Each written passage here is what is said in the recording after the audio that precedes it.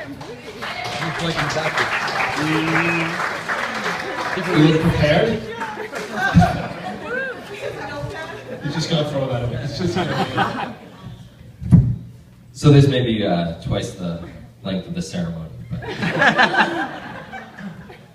Good old speech. So I found myself in an interesting position. I am the young brother of the groom, and I am the best man. Now, I'm sure this happens all the time, but in their speeches, what do they talk about? My brother is 5 years my senior, so attempting to offer some grand insight to the human experience is out of the question, and obviously would ring false. I am in a long-term, committed, loving relationship with my girlfriend, Kate, but I am not married, and the only thing I have ever thought about marriage in the past is that it is absolutely and utterly terrifying, and anyone who decides to take the plunge is at least a tiny bit crazy. That's why it took you 8 years. So, I can rule that out as a speech possibility.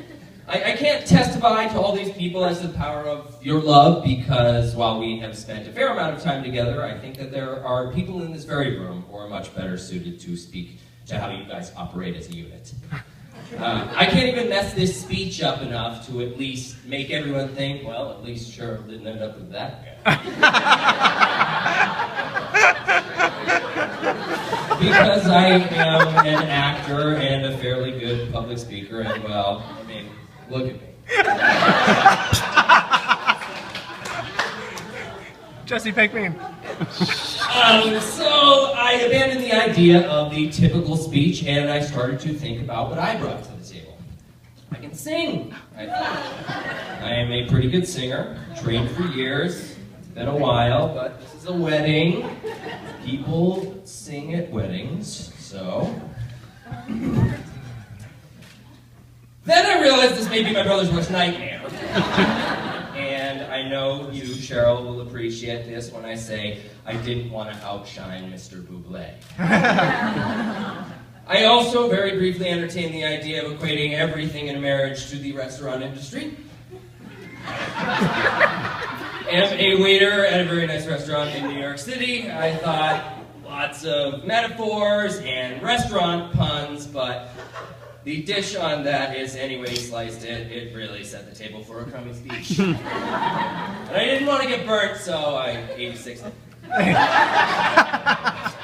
I even went down the path of offering an actor's point of view, and maybe quoting a bunch of Shakespeare, or even better, I thought maybe I could sprinkle in a bunch of words that people didn't know that Shakespeare had created, and bedazzle my speech with zany phrases. But I felt like that was all pomp and circumstance, and wasn't really the type of speech that was befitting of my brother at this time. After all, he is my flesh and blood. And I should give the type of speech that he would want. Now, I know some of you are saying, to thine own self be true, and wear your heart on your sleeve, but the short and long of it is that even with Shakespeare, I know in my heart of hearts, you can have too much of a good thing. So, I vowed not to quote any Shakespeare. And I can tell from all the looks that I'm getting, that are saying, speak the speech, I pray you. But, that type of speech is perhaps better reserved for my wedding. So, finally, I realized that the one unique perspective I offer is history. Context. I am perhaps the authority on Andy King in the 90s. I know that there was Ryan Flynn and Danny Gilstrom, but none of them made it here to this moment, so I win. I can speak on history better than anyone. Now, many of you may be saying, history? What a useless topic. That's not relevant now. But, as is immediately apparent, even in my brother's fashion choices, not much has changed. I can tell you, Cheryl, for example, that if you are ever in a large crowd and can't find my brother, rather than yell Andy, or even Alexander, it is better to yell Alligator.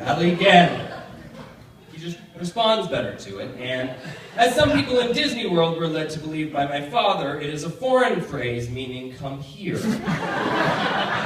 See? History. This is really useful stuff. This is king family history. I can also tell you that if you are ever mad at him, like really, really mad at him, now this works best if you are 5 years old, but like I said, not much has changed. So it is best to lock him outside the house. Then you should get a small red bat you can find at a souvenir shop or something really easy, and proceed to chase him around the outside of the house with it. This works really, really great. And you can repeat this as many times as you like until you achieve your desired result. If your cousin Tyler ever slams your head into a pole, even though Tyler is twice the size of everything, he will still have your back. If you are ever being attacked by a goat in a field in Sweden, and trust me, this happens more often than you would think, he will not help you. This type of thing amuses him. But if later on that trip you decide to antagonize some Swedish guys while out bar hopping, he will talk you down from that and encourage you to move to another bar. And if you still refuse and continue to cause trouble, he will have your back. He will always have your back. And I know that you will have his, but while you are back there, do not expect to see any hair growth. Or in the front, for that matter.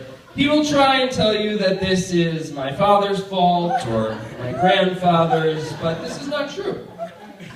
We were treating and dyeing and frosting and bleaching and using sun-in and lemon in our hair long before M&M ever came along. The real Slim Shadys. Probably trying to get back to our Swedish roots, but now all of his roots are gone. And mine are soon to follow. He's a really great roommate. I would recommend bunk beds. He is very clean and not demanding of privacy, but let's be honest, you probably already know that.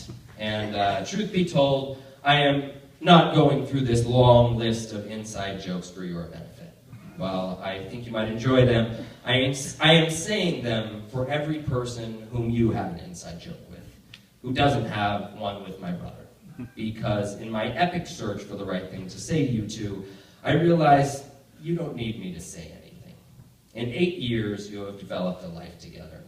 And nothing I say today will suddenly enlighten you as to my brother's nature, or somehow suddenly prepare you for the tribulations of marriage. And this wedding, more so than anyone I have been to before, is not us bearing witness to the heightening of your love. This is not the departure from prose to poetry, but rather the recognition that we are already in the second stanza. Your wedding announcement and the picture of you and the dog says, "Mommy and Daddy are getting hitched." You're already Mommy and Daddy to someone. I think if Rascal and Daisy were here, they would find this redundant. Well, Daisy would find this terrifying and flip out. But you got my point. And the responsibilities of this day do not fall to you. You have done a wonderful job planning a beautiful ceremony, and everything is truly perfect. But those responsibilities have concluded. No, the responsibilities now fall to us, 100 people who love you most and have gathered to support you. I could walk around and talk to my cousins and my friends and go back to my life in Brooklyn. But I think rather I will open my heart and share my heart's deepest memories and my stupidest inside jokes with those of you I don't know, to build the ties that will support the knot that you two started tying 8 years ago. And I charge you all to do the same.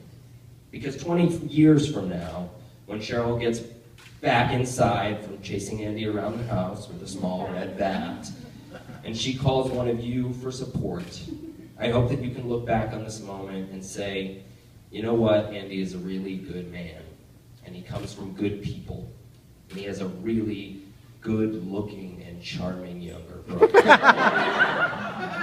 And I'm gonna fight for that. I love you guys.